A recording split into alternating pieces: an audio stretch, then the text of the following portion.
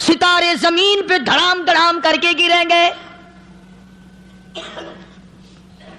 وَإِذَا الْأَرْضُ مُدَّتْ زمین بوریے کی طرح سے لپیٹ دی جائے گی. وَإِذَا الْجِبَالُ سُيِّرَتْ یہ بڑے بڑے پہاڑ ہوا میں کپاس کی طرح اڑتے پھریں گے. تمام کے تمام علامات قرآن کریم بتا رہا ہے. اور آج مسلمان ہے، میں خود ہوں، آپ ہیں، میں قسم کھاتا ہوں کہ ہمیں خدا کے کلام پہ یقین کوئی نہیں.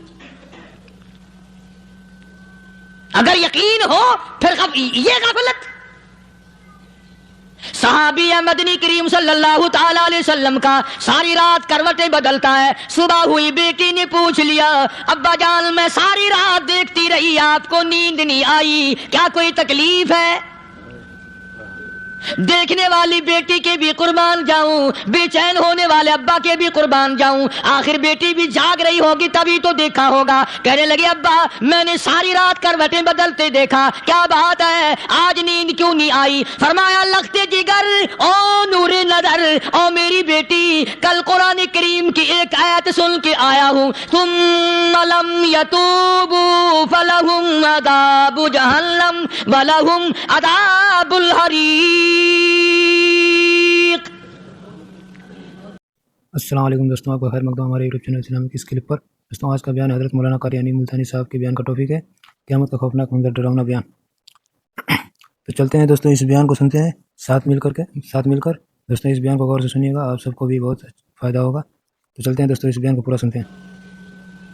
او میری بیٹی جس نے قرآن کریم کے ذریعے جہنم کی خبر سن لی ہو، جہنم کے انگاروں کی خبر سنی ہو، جس نے جہنم کی تباہ کاریاں سن لی ہو، او میری بیٹی نیند کیسے آئے؟ کیسے نیند آئے؟ امام شافعی رحمت اللہ علیہ اتنے بڑے جلیل القدر ولی کامل ہیں، وقت کے امام ہیں، پرہیزگار متقی ہیں. اپنی بیٹی کو فرمانے لگے لختے جگر تیری آنکھیں بگڑتی چلی جا رہی ہیں، میں دیکھتا ہوں تو ساری رات نیند نہیں کرتی، ساری رات سوتی نہیں، مصلی پہ کھڑی ہو کر قرآن پڑھتی رہتی ہے، تو کچھ نیند کر لیا کر، آنکھوں سے محتاج ہو جائے گی. عرض کرنے لگے ابا جان نیند آتی ہے، بستر پہ لیٹ جاتی ہوں، آنکھ لگنے کو ہوتی ہے، فوراً میرے دل میں خیال آتا ہے شافی کی بیٹی تو نے تو بستر سنبھال لیا، صبح تیری نہ معلوم زمین کے اوپر ہوگی یا لاکھوں من مٹی کے نیچے ہوگی. پھر میری نیند اکھڑ جاتی ہے، پھر کھڑی ہو کر خدا کا قرآن پڑھتی ہوں. وہ ساری رات قرآن پڑھا کرتے تھے، اور بدقسمت قوم تمہیں صبح اٹھ کر قرآن کا سپارہ پڑھنے کی توفیق نہیں ہے. مسلمان پر قرآن کا دیدار نصیب نہیں، قرآن کی زیارت نصیب نہیں. گدھے کی طرح کھاتے سو گئے اور گدھے کی طرح صبح اٹھ کر کھانا پینا شروع کر دیا. تو رب کے کلام کا اتنا باغی کہ تو دیکھنا پسند نہیں کرتا.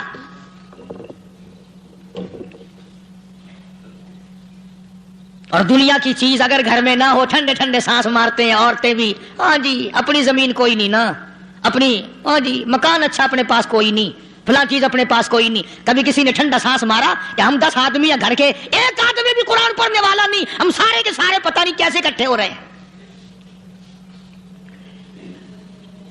اگر دل میں عظمت ہو، ڈاکٹر ہو، افسر ہو، وزیر ہو، آخر ہے تو انسان، ہے مسلمان، ہے مدنی کریم صلی اللہ علیہ وسلم کا امتی، پھر قرآن سے اتنا دور کیوں ہے؟ تو اللہ پاک جل شانہ نے فرمایا میرے بندے ہر حال میں ڈر. ہاں تیری ساری چلاکیوں کو میں جانتا ہوں، تیری ساری ہوشیاریوں کو میں اچھی طرح جانتا ہوں. فرمایا وہ دن دور نہیں، آیا وقت قیامت کا، آیا، کوئی کسی کے کام نہیں آئے گا. فرمایا ان وعد اللہ حق فلا تغرنکم الحیات الدنیا. دنیا نے پھنسا لیا، چہل پہل میں پھنس گئے، اس کے رنگ روغن میں لگ گئے، اس کی زیب و زینت میں لگ گئے. رات اسی کی سوچ ہے، دن میں اسی کا فکر ہے، اور مرنے کا کسی کو بھی فکر نہیں. قرآن کریم کی آخری سورت کا آخری لقمان کی آخری آیتوں میں عجیب مضمون رکھا ہے. فرمایا ان اللہ عندہ علم الساعۃ وینزل الغیث. قیامت کا ٹھیک وقت اللہ کے سوا کوئی نہیں جانتا. کسے معلوم ہے ابھی اگلے منٹ میں کیا ہو جائے گا، سیکنڈ میں کیا ہو جائے گا؟ اچھا ایک بات میرے ذہن میں آئی، یہ بڑے بڑے لوگ آپ کو ملیں گے دیہاتوں میں بھی، بازاروں میں بھی، شہروں میں بھی، فلانا بزرگ غیب کی باتیں بتایا کرتا تھا، فلانا ولی یوں بتایا کرتا تھا. کبھی یہ بھی تو پوچھنا کہ اس ولی نے کبھی یہ بھی بتایا کہ میں مروں گا کب، کس دن مروں گا؟ جب اپنی موت کا پتہ نہیں تو اور کسی چیز کا کیا پتہ ہے؟ صرف اٹکل پچو تیر لگانے والی بات ہے. ابھی چند مہینے ہوئے یہاں میرے پاس نوجوان آئے ملتان شہر سے، اور کہنے لگے کہ 25,000 کی چوری ہو گئی ہے، بتا کدھر کون لے گیا، کدھر لے گیا. میرے پاس آئے یہاں، میں نے کہا بتا دوں گا پر آدھ دے لوں گا. کہنے لگا نہیں دیکھنا جی اتنا تو نہ کرو. اور میں نے کہا وہ سارے ہی چلے گئے یار، یقین کرو میں یہاں چارپائی میں بیٹھا ہوں دروازے کے باہر، عصر کے بعد پوری پارٹی آئی اسی شہر کی کہ 25,000 روپیہ گم ہو گیا ہے، بتا کدھر گیا ہے. سب لوگ کہتے ہیں قاری حنیف بتاتا ہے. سنو، قاری حنیف بتاتا ہے، ٹیلا کرا دوں گا میں. جتنا میں نے انکار کیا میرے ساتھ ہوتے چلے گئے. اخیر میں نے بکواس کر دی، میں نے کہا اچھا بتاؤں گا پھر آدھے لوں گا. کہنے لگے نہیں. تماشا دیکھا، یعنی اندازہ لگاؤ کہ ہم شہر سے سن کر آئے ہیں کہ قاری حنیف چوریاں بتاتا ہے. اللہ غنی، کس کو معلوم ہے کہ ابھی کیا ہو جائے گا؟ اللہ پاک نے کسی کو نہیں بتایا.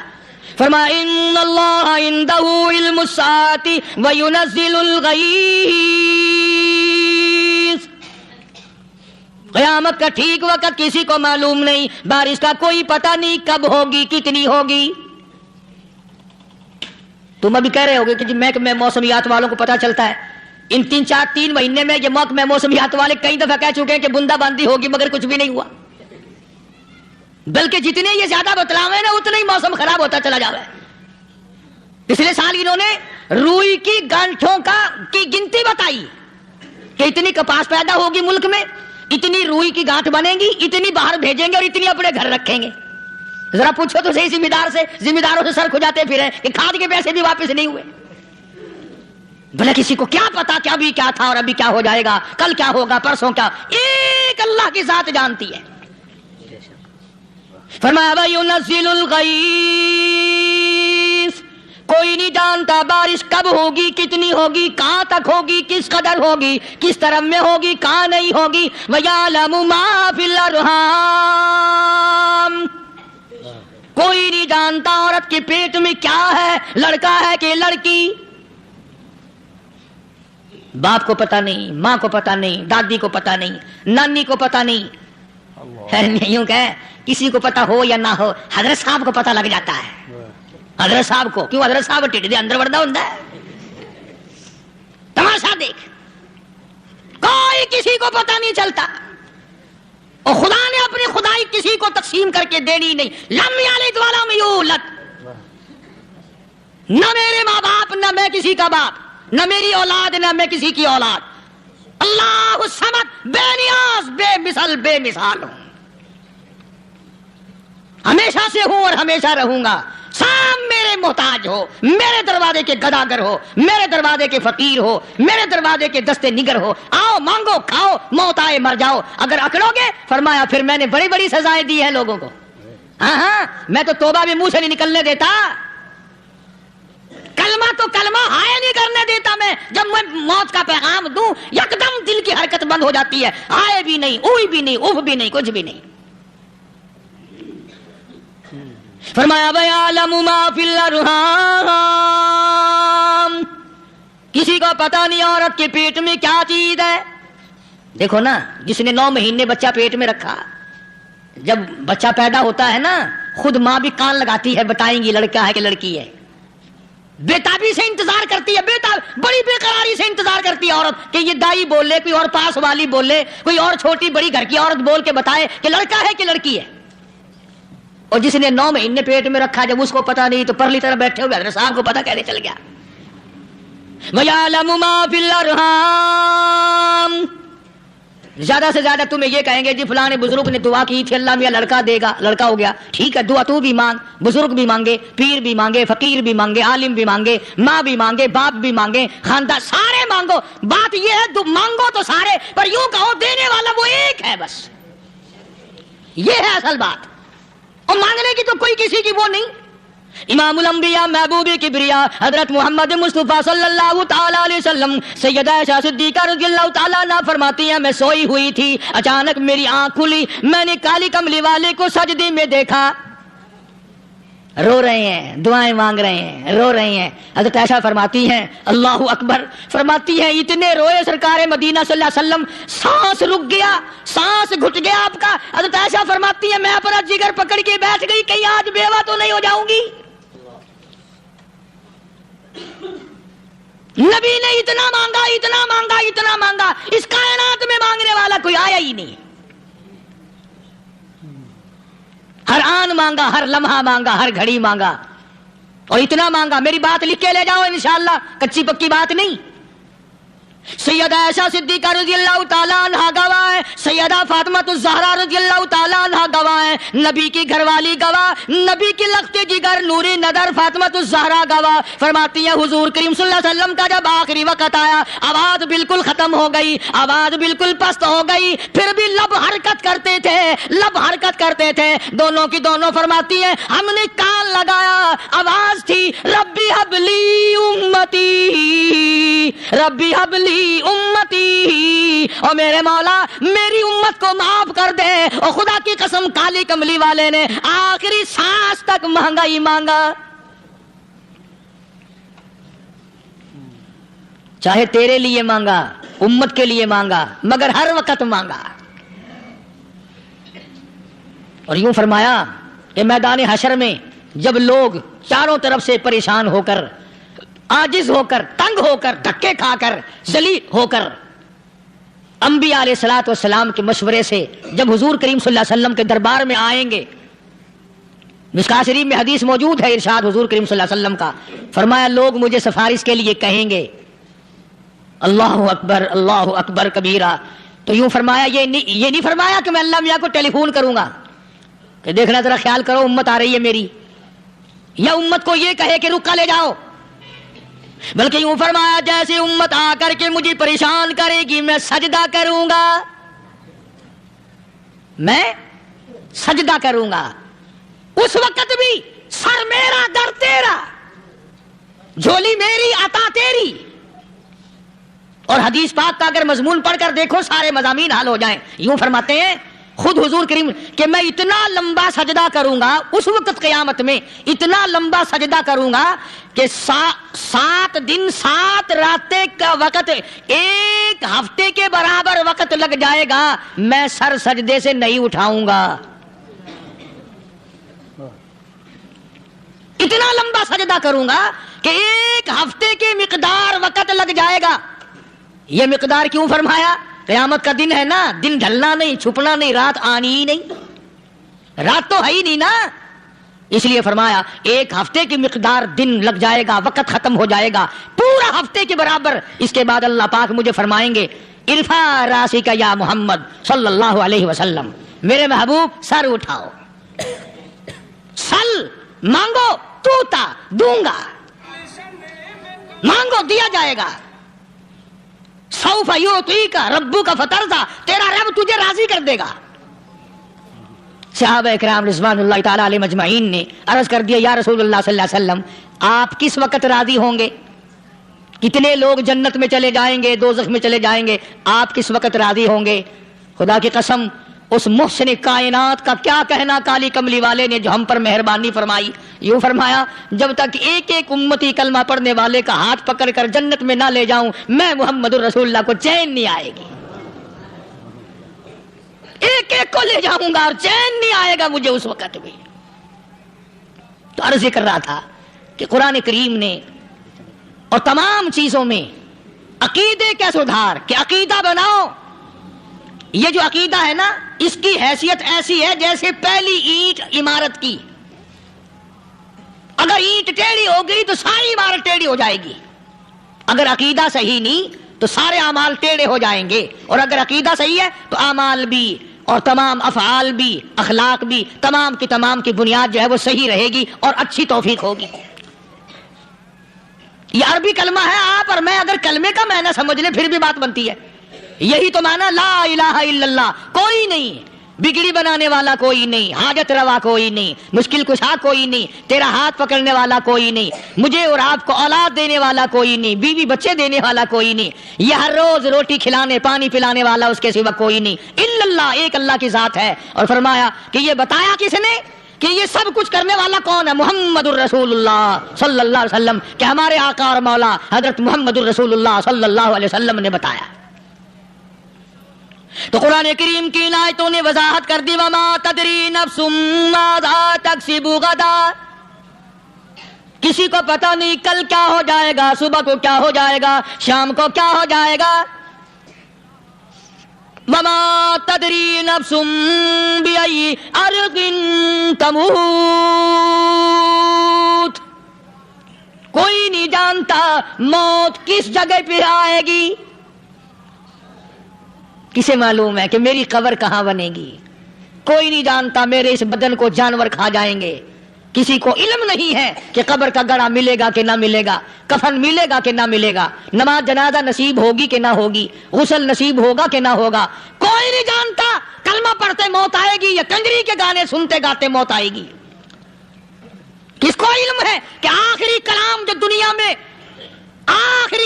دنیا میں ہوگا وہ درود پاک ہوگا یا قرآن کریم ہوگا یا دعا ہوگی یا استغفار ہوگا، اور یا گالی منہ سے نکلے گی، دم نکل جائے گا؟ کسے معلوم ہے؟ اس لیے فرمایا وما تدری نفس بأي أرض تموت، کوئی نہیں جانتا موت صبح آئے گی یا شام آئے گی، بیوی بچوں کے سامنے آئے گی یا اسپتال میں، کوئی پاس ہوگا بھی یا کہ نہیں جس وقت موت آئے گی؟ کسے معلوم؟ سجدے میں آئے گی یا کنجری کی گود میں آئے گی؟ کیا پتا، فلم میں آئے گی یا مسجد میں آئے گی؟ پچھلے دنوں ایک جگہ ایک آدمی نے صبح کی اذان دی، بڑی اچھی اذان دیا کرتا تھا، اللہ کا نام بلند کیا، زمین پہ بیٹھا اور ختم۔ فجر کی اذان دی، جو سنے انہوں نے کہا یار ابھی تو اذان دی تھی، بس اللہ کی طرف لوگوں کو بلایا اور خود دنیا سے رخصت ہو گیا۔ ہاں، کسی کی موت یوں بھی آیا کرتی ہے، کسی کی سجدے میں آ جاتی ہے، کسی کی مراقبے میں آ جاتی ہے، اللہ اکبر، کسی کی نماز میں آئے، اللہ کی طرف جان لگے ایسا لگے کہ لگی جائے بس چلا ہی جائے۔ ہمارے استاد محترم مولانا عبد الخالق صاحب رحمۃ اللہ علیہ یا کبیر والے میں تھے، بہت بڑے عالم، جید عالم، سمندر تھے علم کے، بس صبح کی نماز کے بعد مراقبے میں بیٹھے اللہ اللہ کر رہے ہیں، بس جیسے اتحیات میں بیٹھتے ہیں نا اسی طریقے سے بیٹھے تھے۔ دن چڑھ گیا، بھتیجے نے آ کر کے کہا حضرت ناشتہ تیار ہے، جواب کوئی نہیں۔ پھر کچھ دیر کے بعد آیا کہ حضرت ناشتہ تیار ہے، جواب کوئی نہیں۔ اور دن چڑھ گیا، ہاتھ لگا کے دیکھا کہ حضرت تو پہنچ گئے اللہ کے یہاں۔ کس حالت میں؟ ایسی اللہ سے لو لگائی کہ اللہ ہی کے یہاں چلے گئے۔ اور ان اللہ والوں کے پاس اس نیت سے لگا کرو میری آخرت بن جائے، میری قبر بن جائے، میرا آخری کلام جو دنیا میں ہو وہ کلمہ ہو، استغفار ہو، درود پاک ہو، قرآن کریم ہو، پھر تو مزہ ہے۔ اور اگر ہائے ہائے ہائے ہائے کرتے مر گئے تو کیا ہوا؟ فرمایا ان اللہ علیم الخبیر، میں خدا کی ذات تمام چیزوں سے واقف ہوں، مجھے تو پتا ہے نا، تیرے ایک ایک سانس کا پتا ہے، تیری رگ کے ایک ایک خون کے قطرے کا مجھے پتا ہے۔ اس لیے کہا کرتا ہوں کہ عادت ڈال لو درود شریف پڑھتے ہوئے چلنے پھرنے کی، کلمہ کلام پڑھتے ہوئے چلنے پھرنے کی، استغفار کرتے ہوئے چلنے پھرنے کی۔ پہلے زمانے میں جب ٹھوکر لگتی تھی تو لوگ سبحان اللہ کہتے تھے، اللہ اکبر، استغفر اللہ۔ اب گالی منہ سے نکلتی ہے، اب گالی منہ سے نکل رہی، گالیاں بکتے ہوئے لوگ مر رہے ہیں۔ حضرت معاذ بن جبل رضی اللہ تعالیٰ عنہ مدینہ پاک میں بیمار ہے، آخری وقت ہے۔ صحابہ کی ایسی ایسی موت آیا کرتی تھی، چاروں طرف جتنے گھر والے بیٹھے ہیں، اماں بھی، بیٹی بھی، گھر والی بھی، بہن بھی، بھائی بند بھی، قبیلہ بھی، خاندان بھی، مدینہ شہر ہے، کالی کملی والی کا شہر ہے۔ حضرت معاذ بن جبل کا آخری وقت ہے، چاروں طرف بیٹھنے والے بھی تلاوت کر رہے ہیں قرآن کریم کی، خود معاذ بن جبل بھی تلاوت فرما رہے ہیں۔ اچانک حضرت معاذ رضی اللہ تعالیٰ عنہ رونے لگے، روئے حضرت معاذ۔ یہ وہ جوان ہے جس کو رخصت فرمانے کے لیے یمن کا گورنر بنا کر کے بھیجا حضور صلی اللہ علیہ وسلم نے. حضور صلی اللہ علیہ وسلم اس کو روانہ فرمانے کے لیے کئی میل پیدل تشریف لے گئے. ہاں حضور کے صحابہ. تو معاذ بن جبل جب رونے لگے تو گھر والوں نے پوچھا کیوں؟ کوئی بیٹھا ہوگا نا. کہنے لگا ڈر گئے؟ موت سے ڈر رہے ہو؟ موت سے ڈر کے رو رہے ہو؟ حضرت معاذ کہنے لگے نہیں، موت سے کیا ڈرنا، میں کیوں ڈروں موت سے؟ اس نے تو آنا ہی آنا ہے، میں نہیں ڈرتا. انہوں نے کہا پھر رویا کیوں رو رہے ہو؟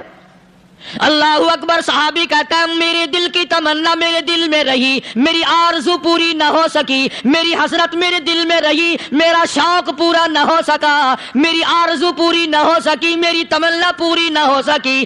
بستر پہ موت آ رہی ہے اس لیے رو رہا ہوں. اے کاش رمضان کا مہینہ ہوتا، میں روزے دار ہوتا، گرمی کا موسم ہوتا، مجھے سخت پیاس لگی ہوتی، کفار سے مقابلہ ہوتا، میدان جہاد اور جنگ ہوتا، میں کئی کافروں کو قتل کر دیتا، پھر وہ مجھے قتل کر دیتے، میری زبان کاٹ لیتے، میری اللہ کے یہاں پیشی ہوتی، میرا رب مجھ سے پوچھتا میں آج دنیا سے کیا لایا. میں عرض کرتا الہی بولوں کیسے، تیری راہ میں زبان کٹا کے آیا ہوں اور روزہ رکھ کر آیا ہوں، تیرے محبوب کے حوض کوثر کے پانی سے روزہ افطار کروں گا.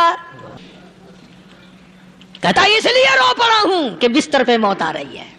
ڈر کس چیز کا؟ یہ نہیں ڈرا کرتے تھے. حضرت ابو ایوب انصاری سبقت رضی اللہ تعالی عنہ، اللہ اکبر، کتنا بڑا مقدرہ والا جوان ہے. مدینے پاک میں حضور کریم صلی اللہ علیہ وسلم نے اسی کے یہاں ڈیرا لگایا. آخری وقت ہے، بیمار ہے ابو ایوب انصاری. مدینے سے صحابہ جنگ کے لیے چلے. آؤ صحابہ کی تمنائیں دیکھو.